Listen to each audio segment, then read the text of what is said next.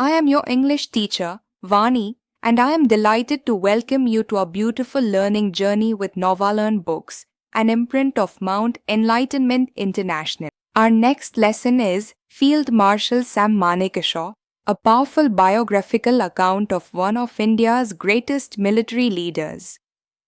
This lesson introduces us to Field Marshal Sam Bahadur, the first Indian Army officer to be promoted to the 5-star rank of Field Marshal. Through his life story, we learn about courage, leadership, honesty, and unwavering dedication to the nation. The chapter traces Manekashaw's journey from his early education and entry into the Indian Military Academy to his remarkable service across 5 wars, including World War II and the historic Indo-Pakistan War of 1971, which led to the creation of Bangladesh. His sharp intelligence, fearless decision-making, and moral integrity made him both respected and admired. Field Marshal Sam Manekshaw stands as a legendary figure in military history of Bharat, whose exceptional leadership, unwavering honesty, and sharp strategic foresight played a pivotal role in India's resounding victory during 1971 war. जो field marshal Sam Manekshaw थे वो भारत के military के इतिहास में एक मतलब महान पर्सनैलिटी थे, महान हस्ती थे, जिनकी जो ऐसी थी एक्सेप्शनल लीडरशिप जो थी, एक तरह से नेतृत्व उनका जो था वो, और ईमानदार भी थे, अटूट ईमानदारी, और एक रणनीति भी उनकी एकदम बढ़िया थी। तो जिसके कारण जिसने उनके इन सब लीडरशिप ने और उनकी अटूट ईमानदारी ने और जो युद्ध से संबंधित उनकी नीतियां थी, उन सब ने 1971 के युद्ध में एक बहुत शानदार भूमिका निभाई थी। His ability to access complex situation with clarity and realism even under immense pressure demonstrated not only his tactical brilliance but also his deep sense of responsibility towards his nation. उनकी जो योग्यता थी वो एक प्रेशर के अंदर भी और डिफिकल्ट सिचुएशन में भी ऐसा मतलब उनको भी फाइंड आउट कर पाते थे, वो कॉम्प्लेक्स सिचुएशन को, डिफिकल्ट सिचुएशन को, सब तरह की जो परिस्थिति उनको उसके अकॉर्डिंग एक्शन लेते थे, और जिससे उनकी एक देश के प्रति गहरी जिम्मेदारी की भावना भी एक तरह से प्रदर्शित होती है। Manekshaw was known for making bold yet thoughtful decision. Manekshaw जो थे वो बोल्ड और विचारशील डिसीजन लेते थे, always placing the welfare of troops and country above personal gain and political influence. वो हमेशा किसको महत्व देते थे? जो उनके ट्रूप्स थे, जो उनके साथ के सिपाही थे, उनकी सेफ्टी को, उनके लिए भलाई को और कंट्री को, अपने पर्सनल और पॉलिटिकल इन्फ्लुएंस से ज़्यादा इन चीज़ों को महत्व देते थे।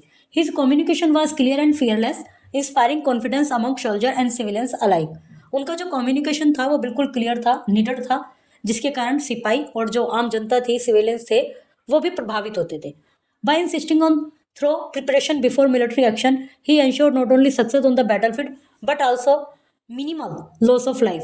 जो अपने उनका जो एक नीति थी, जो उनका जो स्टाइल था वो कुछ इस तरह था कि मिलिट्री एक्शन तो सब प्रॉपर होए, लेकिन साथ में उनका उद्देश्य ये भी रहता था जो लॉस ऑफ लाइफ है वो कम से कम हो, मिनिमल हो। His integrity, courage and sense of duty continue to serve as enduring example of what true leadership looks like: calm in crisis, courageous in command, deeply committed to the people he led. उनकी ईमानदारी, साहस और कर्तव्यनिष्ठा, मतलब duty, ये जो है leader, ये sense of duty, ये सब इस चीज को बताती हैं कि एक सच्ची लीडरशिप कैसी होती है। कैसी होती है? संकट के समय शांत रहें, और जब करेजियस और कमांड जो दे रहे हैं लोगों को, जैसे अपनी से ट्रूप्स को, उसमें करेजियस रहें, तथा साथ ही वो जिन लोगों का नेतृत्व करते थे, जो लोग उनकी लीडरशिप के अंडर थे, लीडरशिप के, उनके प्रति भी वो कमिटेड रहते थे। Describe how field marshal Sam Manekshaw honesty and courage made him great leader. Give example from his life. कुछ एग्जाम्पल दीजिए। Why was preparedness important to Manekshaw during the 1970 war? How did it help Bharat achieve victory? उनकी जो presence थी वो 1970 war में कैसे महत्वपूर्ण थी और उन्होंने किस तरह से उसको हेल्प की भारत के विक्ट्री को। New Delhi 3 April, today Sam Bahadur would have turn 109। नई दिल्ली 3 अप्रैल में की बात है ये। तो मतलब जब ये कहानी लिखी गई है, जब ये बोला गया है, तो ये कहा गया है, ये इसमें लिखा गया है कि आज वो 109 साल के होते, Sam Bahadur Manekshaw. A soldier that the nation loves to love and the enemy loves to hate, but both respect and salute Field Marshal Shamsherji, Hormozi, Formji, Jamshedji, Manekshaw, MC, the Indian military leader, who was the first Indian army officer to be promoted to the 5-star rank of Field Marshal। वो एक ऐसे सिपाही थे जिनसे जो देश प्यार करता था और जो दुश्मन था वो उनसे नफरत करता था, लेकिन दोनों ही उनको क्या करते थे, रेस्पेक्ट करते थे, ऐसे उनको महान व्यक्ति को सैल्यूट करते थे। ये उनका पूरा नाम है, फील्ड मार्शल शमशेरजी, हॉर्मुजी, फॉर्मजी, जमशेदजी, मानेकशॉ। और ये जो मानेकशॉ थे वो ऐसे पहले इंडियन मिलिट्री लीडर थे, पहले ऐसे इंडियन मिलिट्री अधिकारी थे जिनको फील्ड मार्शल के 5 स्टार, 5 से उनको 5 सितार पर प्रमोट किया गया था। मतलब स्टार जो उनकी ड्रेस पर लगे होते हैं ना, उनको 5 पर प्रमोट किया गया था। His distinguished military career spanned 4 decades and 5 wars, beginning with service in British Indian Army in World War II। जो उनका मिलिट्री करियर था वो 4 दशक तक चला था। दशक मतलब 10 वर्ष का समय, 4 मतलब 40 वर्ष, जिसमें 5 युद्ध हुए। और स्टार्टिंग कहाँ से हुई थी कि वो ब्रिटिश इंडियन आर्मी के में, जब वर्ल्ड वॉर सेकेंड था, वर्ल्ड वॉर सेकेंड में वो ब्रिटिश इंडियन आर्मी के एक उसमें इंडियन आर्मी में उनको अपॉइंट किया गया। वर्ल्ड वॉर सेकेंड हुआ था 1939 में, और 1939 में उस समय देश में अंग्रेजों का आधिपत्य था, मतलब अंग्रेज यहाँ पर शासन करते थे। तो जो सेना थी वो ब्रिटिश इंडियन आर्मी उसको कहा गया, क्योंकि ब्रिटिश की सेना थी, अंग्रेजों की सेना थी, उसमें इंडियंस को भी रखा गया था। और 1945 तक ये युद्ध चला है, सेकेंड वर्ल्ड वॉर। और ये उम्मीद की गई थी कि भाई वर्ल्ड वॉर में ऐसे मतलब उन लोगों को एक ऐसा कुछ थोड़ा एक वो था कि भाई हम इंडियंस जो हैं वो अंग्रेजों का साथ देंगे। उसके बाद जब वर्ल्ड वॉर में जीत जाएंगे, मतलब उम्मीद है यदि हम जीत गए तो फिर इंडियन ये जो अंग्रेज थे यहाँ से चले जाएंगे। हालांकि ऐसा हुआ नहीं था, क्योंकि देश आज़ाद हुआ 1947 में, और उसके बाद भी थोड़ा कॉन्फ्लिक्ट चलते रहे। जो वर्ल्ड वॉर होते हैं वो ऐसा होता है, ग्लोबल कॉन्फ्लिक्ट होता है ये, इसमें बहुत सारे देश युद्ध में शामिल होते हैं, और पूरा जो वर्ल्ड है वो लगभग 2 ग्रुप में बढ़ जाता है। कुछ उसकी तरफ से जो मेन पावर होती हैं, जैसे जो ताकतवर कंट्री हैं, ज़्यादा ताकतवर, उनके साथ कुछ और छोटे देश जुड़ जाते हैं, तो ऐसे 2 उसमें बढ़ जाता है। तो जब वर्ल्ड वॉर सेकेंड हुआ था, वहाँ से इनकी जो सर्विस थी इंडियन आर्मी में, वहाँ से स्टार्ट हुई थी। और इनका जो समय था, ये मिलिट्री करियर जो था वो 40 साल तक चला, जिसमें 5 युद्ध हुए। Manekshaw rose to become the 8th chief of army staff of the Indian army 1969। वो 8th चीफ बने आर्मी स्टाफ के 1969 में। Under his command Indian force conducted victorious campaign and against Pakistan in Indo Pakistan war of 1971 that led to the liberation of Bangladesh in December 1971। तो 1969 में वो 8th chief बने थे, और उनके ही कमांड में इंडियन फोर्स ने एक विजय अभियान चलाए थे पाकिस्तान के खिलाफ। जो इंडो पाकिस्तान वार था, इंडियन पाकिस्तान का युद्ध था 1971 में, और उसी के बाद दिसंबर 1971 में ही बांग्लादेश अलग हुआ था, जो कि इसमें सीमावर्ती देश है बांग्लादेश।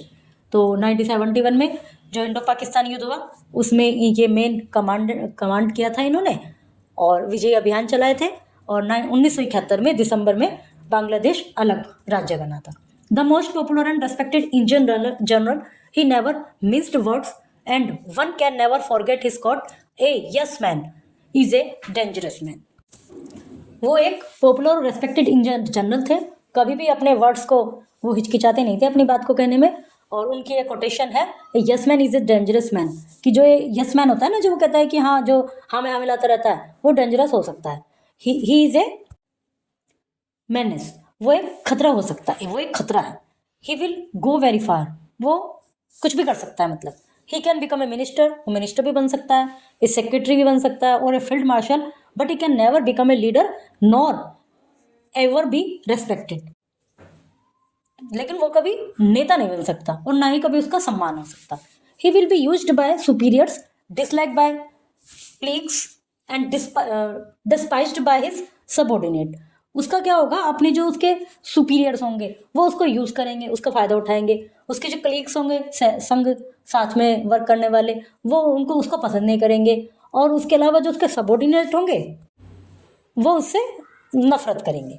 सो डिस्कार्ड द यस मैन. इसलिए जो हाँ में हाँ मिलाने वाले व्यक्ति होते हैं उनको छोड़ दो, उनसे कोई मतलब मत रखो. Manekshaw was born in Amritsar. Amritsar में पैदा हुए. Punjab to Parsi parent. और Hormusji Manekshaw, doctor and his wife Hirabai. Field marshal Shamsherji Hormusji Framji Jamshedji who move to Punjab from the small town of Valsad on the Gujarat coast. Manekshaw का जन्म पंजाब के अमृतसर में पारसी पेरेंट्स थे वहाँ हुआ, मतलब. और ये जो हरमोजी मानिक शाह थे एक डॉक्टर थे, उनकी पत्नी का नाम हीराबाई था. फील्ड मार्शल शमशेर जी हरमोजी फामजी जमशेद जी, वो पंजाब से कहाँ आ गए, फ्रॉम पंजाब आए थे. इसमें गुजरात के कोस्ट पर एक वलसाद स्मॉल टाउन था, वहां से पंजाब आए थे. After completing his schooling in Punjab and Sherwood college Nainital and achieving a distinction in the school certificate examination of the Cambridge board at the age of 15, he asked his father to send him to London to become gynecologist. मतलब जो schooling थी वो पंजाब में और Sherwood college में पूरी की, जो कि नैनीताल में था. और अचीव की डिस्टिंक्शन विशेष योग्यता स्कूल सर्टिफिकेट एग्जाम में, कहाँ पर, कैम्ब्रिज बोर्ड में, 15 साल की आयु में. उसके बाद उन्होंने अपने पिताजी से कहा कि मुझे लंदन भेज दो और मुझे गायनेकोलॉजिस्ट बनना है. मतलब जो लेडी स्त्री रोग विशेषज्ञ होते हैं, लेडी डॉक्टर जो लेडी डॉक्टर है वो तो कहीं की भी हो सकती हैं, लेकिन गायनेकोलॉजिस्ट कहते हैं स्पेशली उनको जो स्त्री रोग विशेषज्ञ होते हैं.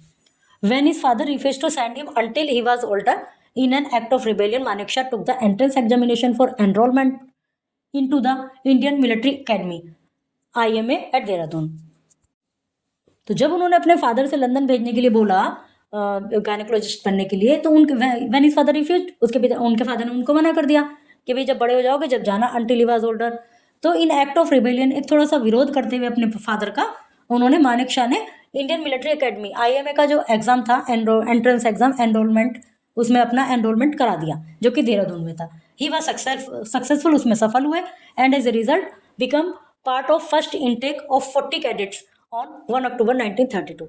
और जब वो सफल हो गए तो एक 40 कैडेट्स का एक वो बना ग्रुप, उसमें उनको 1 अक्टूबर 1932 को उसका वो एक हिस्सा बन गए. मतलब 40 कैडेट का जो ग्रुप था उसमें एक वो भी थे 1 अक्टूबर 1932 को.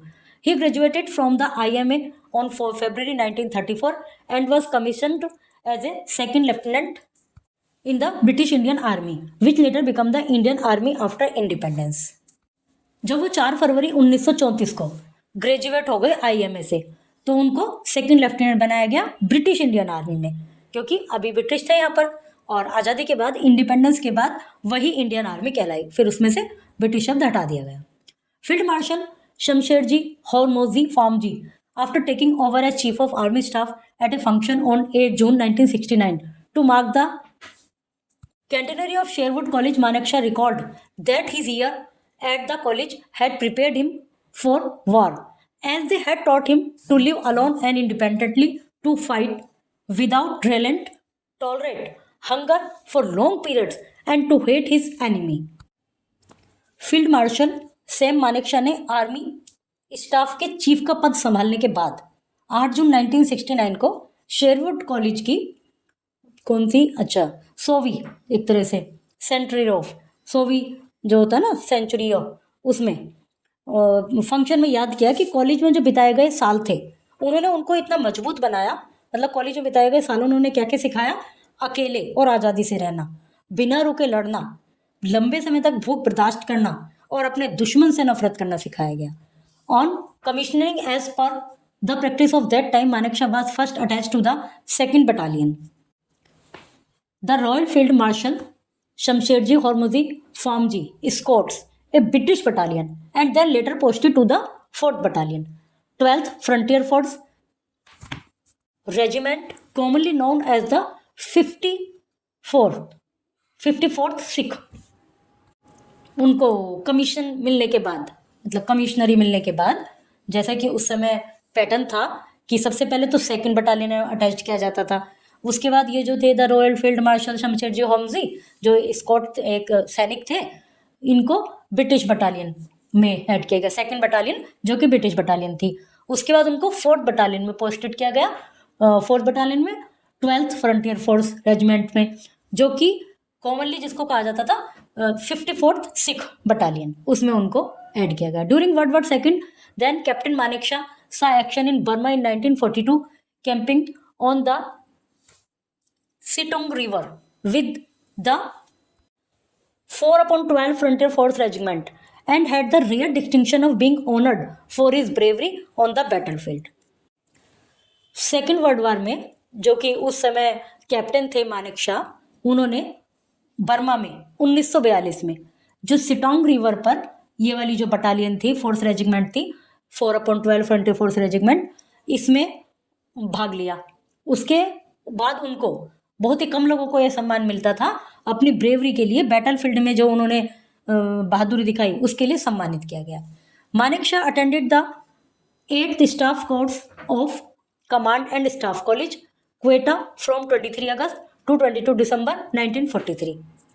फिर उन्होंने 8th staff course of command staff college में क्वेटा में 23 अगस्त से 22 दिसंबर 1943 में इसमें मतलब पार्टिसिपेट किया, हिस्सा लिया। He was then posted at the brigade major, वहाँ पे उनको मेजर के रूप में पोस्ट किया गया of the Razmak brigade, serving in that post until 22 October 1944 when he was sent to join the 9th battalion 12th front force regiment in Burma as part of general William Slim's 14th army. मतलब इन सब में उनको सबके सन भी दिए हुए, मतलब brigade major रजमार्क brigade में सर्विंग दैट पोस्ट, उस पोस्ट पे सर्व किया 22 अक्टूबर 1944 तक। फिर उनको भेजा गया 9th बटालियन में, फिर 12th फ्रंटियर फोर्स रेजिमेंट में बर्मा में, इसका वो पार्ट रहे, general William Slim's 14th army का पार्ट रहे। Toward the end of world war second के अंत तक Manekshaw was sent to serve on general डेजीज स्टाफ। वर्ल्ड वॉर सेकेंड के अंत तक उनको भेजा गया जनरल डेजीज के स्टाफ में इन इंडो चाइना में, where after the Japanese surrender he help repatriate over 10,000 former prisoner of war POWs। Japanese के सरेंडर के बाद उन्होंने 10,000 जो फॉर्मर प्रिजनर थे, युद्ध के जो बंदी होते हैं, युद्ध में कैद कर लिया जाता है जिनको, उनको रिपेट्रिएट किया, मतलब उनको मुक्त कराया, उनको उनके देश वापस भेज दिया गया। He then went to on a 6-month lecture tour to Australia in 1946 में वो एक लेक्चर टूर पर गए ऑस्ट्रेलिया में, and after his return was promoted to the rank of lieutenant colonel, serving as the first grade staff officer in military operation directorate. 1946 में जब वो लौटे तो उनको प्रमोट किया गया लेफ्टिनेंट कर्नल की लेफ्ट पर, फिर उन्होंने सर्व किया मिलिट्री ऑपरेशन डायरेक्टरेट के पद पर। Most remember Indian soldier upon the partition of India 1947 his parent unit 12th frontier force regiment become part of Pakistan army. तो यहाँ पर क्या हुआ कि जब पार्टीशन हुआ इंडिया और पाकिस्तान का, तो जो इंडियन सोल्जर थे, जो ऐसे सिपाही थे जो मतलब उनको ज़्यादा महत्व दिया जाता था, उनको उन्हीं में ये भी थे, उनको उनकी मूल unit 12th frontier force regiment में थे, वो पाकिस्तान का हिस्सा बन गए। मतलब पहले तो इंडिया और पाकिस्तान एक ही थे, अभी एक ही सेना थी, लेकिन जब डिवाइडेशन हो गया तो ये जो 12th फ्रंटियर फोर्स रेजिमेंट थी पाकिस्तान का हिस्सा बन गई। तो इसलिए जो मानक है उसका नाम फिर हो गया, ये वाली जो फोर्स थी उसका नाम हो गया फ्रंटियर फोर्स रेजिमेंट। फिर मानेकशॉ को 12th फ्रंटियर फोर्स रेजिमेंट से, जो कि फ्रंटियर फोर्स रेजिमेंट बन गई, उससे उनको ट्रांसफर कर दिया गया 16th पंजाब रेजिमेंट इसमें, फिर 3rd बटालियन में, फिर 5th Gorkha rifles which was detail में ट्रांसफर किया गया, उनको वहाँ भेजा गया, फिर उसकी कमांड उनके हाथ में दे दी गई। The tumultuous events of partition required Manekshaw retentions in army headquarters as a lieutenant colonel in military operation directorate. Through and because of this, he subsequently missed the chance to command an infantry battalion, as he was later promoted to brigadier, becoming the first Indian director of military operation.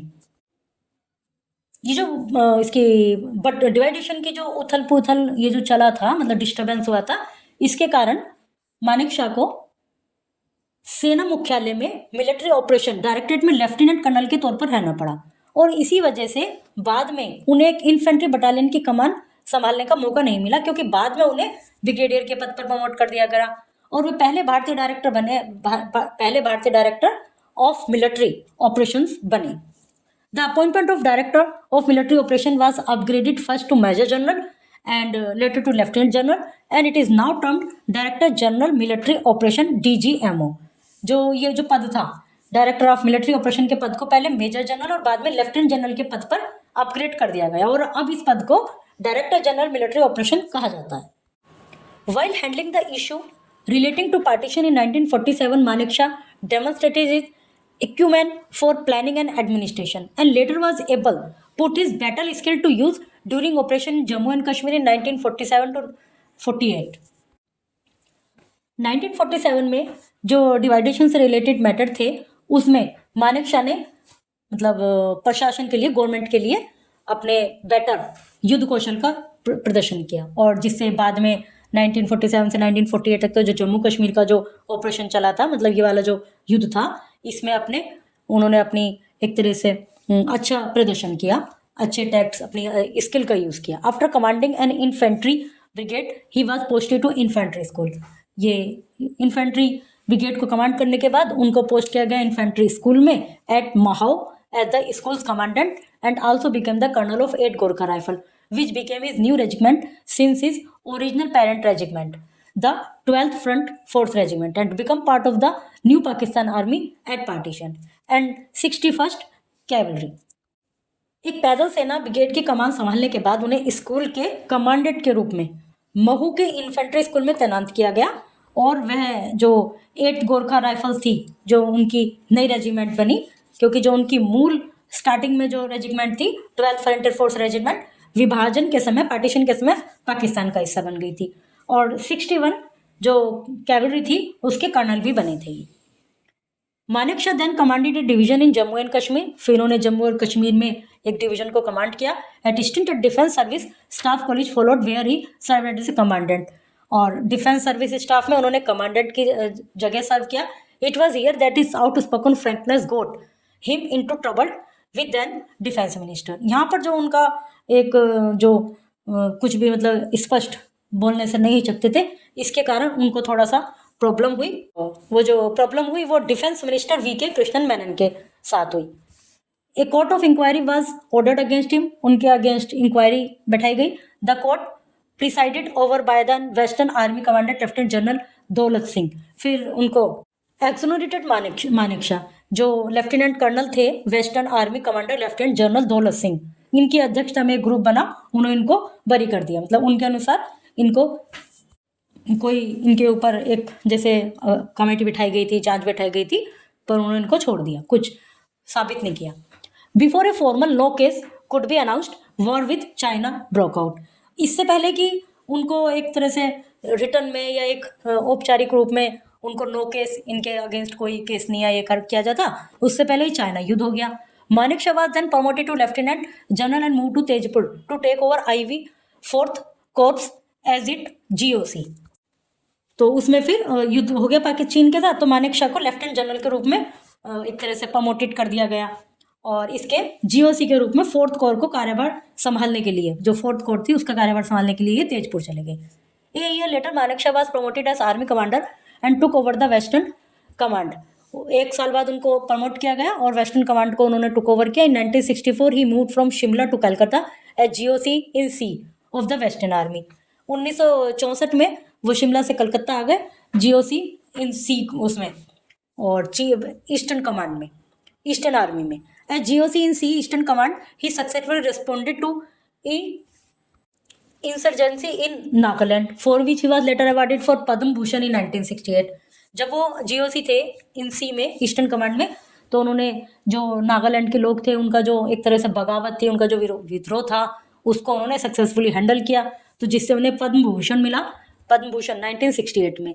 On 7 June 1969 Manekshaw became the 8th chief.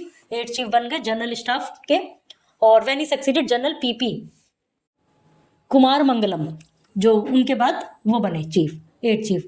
He rendered human service of nation by forging the Indian army into an efficient instrument of war, जहां उन्होंने एक एक human service मतलब vigilant service वहां पर उन्होंने दी.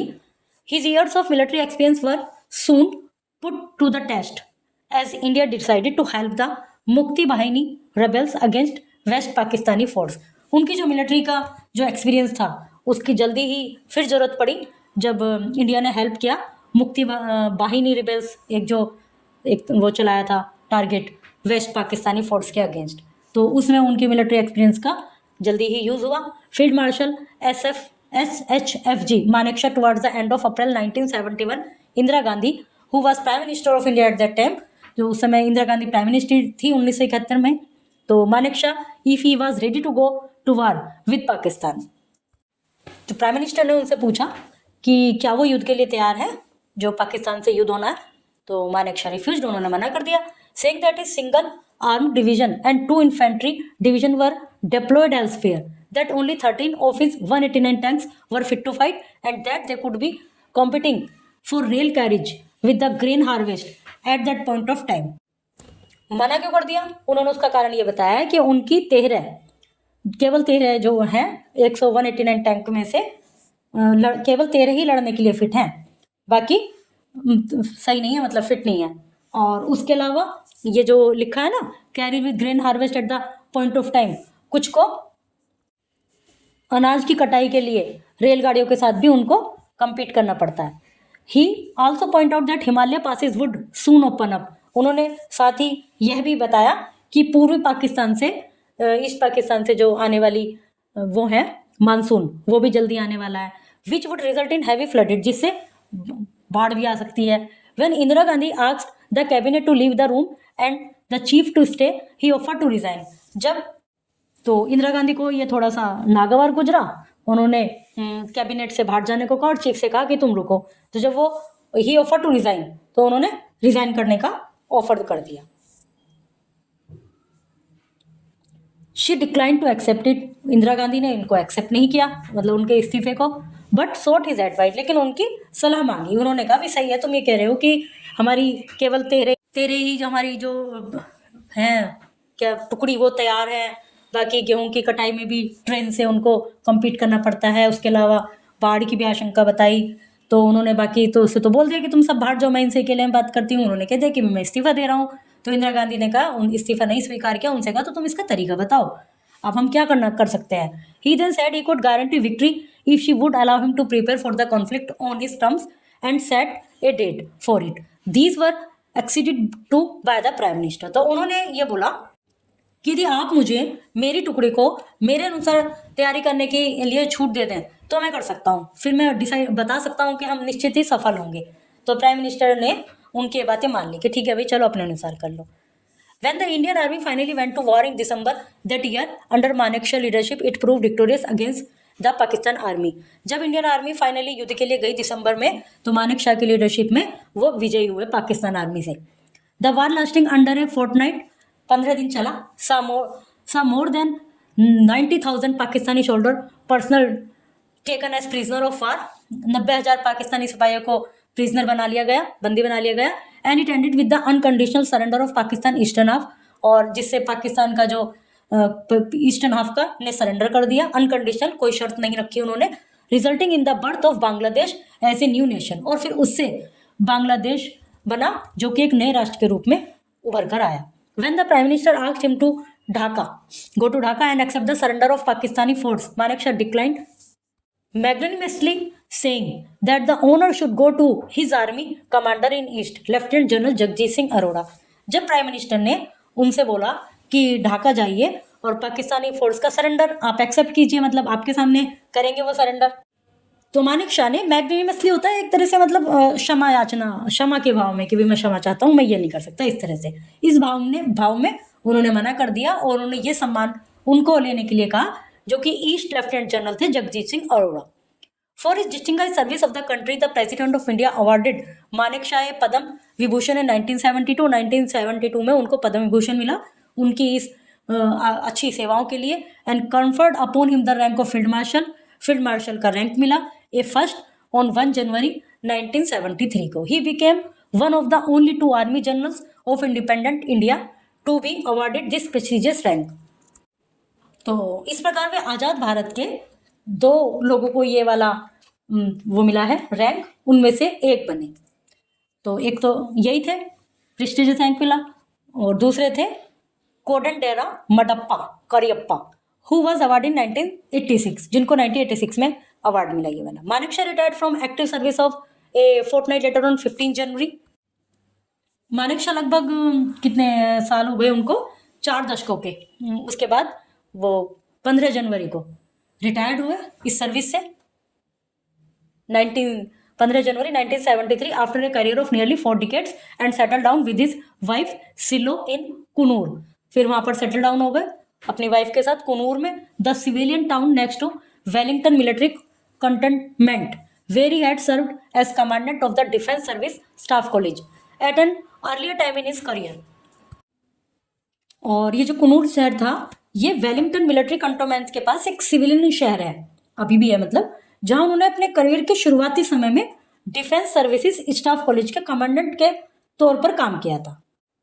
Popular with Gorkha soldier, Nepal feted Manekshaw as an honorary general of the Nepalese army in 1972। Gorkha सैनिकों के बीच पॉपुलर नेपाल ने 1972 में मानेकशॉ को नेपाली आर्मी के ऑनरी जनरल के तौर पर सम्मानित किया। Manekshaw died at the military hospital in Wellington Tamil Nadu on 12:30 hours 27 June 2008 at the age of 90। Manekshaw की मृत्यु 27 जून 2008 को 12:30 बजे रात में तमिलनाडु के वेलिंगटन मिलिट्री हॉस्पिटल में 94 साल की उम्र में हुई। Since then 16 December is celebrated each year as Vijay Diwas in memory of the victory achieved under Manekshaw leadership in 1971। तब से 16 दिसंबर को हर साल 1971 में मानेकशॉ की लीडरशिप में मिली जीत की याद में विजय दिवस मनाया जाता है। A postage stamp depicting Manekshaw in his field marshal uniform was released by President Pratibha Patil. जो उस समय प्रेसिडेंट थी प्रतिभा पाटिल ने मानेकशॉ को फील्ड मार्शल की यूनिफॉर्म में दिखाते हुए एक पोस्टेज स्टैम्प जारी किया। जो पोस्टेज स्टैम्प वो जो लगते हैं ना, कहीं कुछ लेटर वगैरह भेजते हैं, कोई कुरियर वगैरह करते हैं, तो उस पर जो स्टैम्प लगता है, तो इनकी मेमोरी में एक स्टैम्प वो किया जारी जिसपे यूनिफॉर्म में ये बने हुए हैं। ये एक आर्टिकल है न्यूज़पेपर से। This lesson also highlights his famous belief that true leaders must never be yes men and should always speak the truth, even in difficult situations. Sam Manekshaw's life teaches us that great leadership is built on discipline, courage, humility, and responsibility. Dear students, we have completed our second chapter today with interest and curiosity. Always remember, literature helps us not only enjoy stories, but also understand people and the world around us a little better. I'm so proud of your thoughtful responses and your growing ability to think critically. See you tomorrow with another exciting chapter to explore.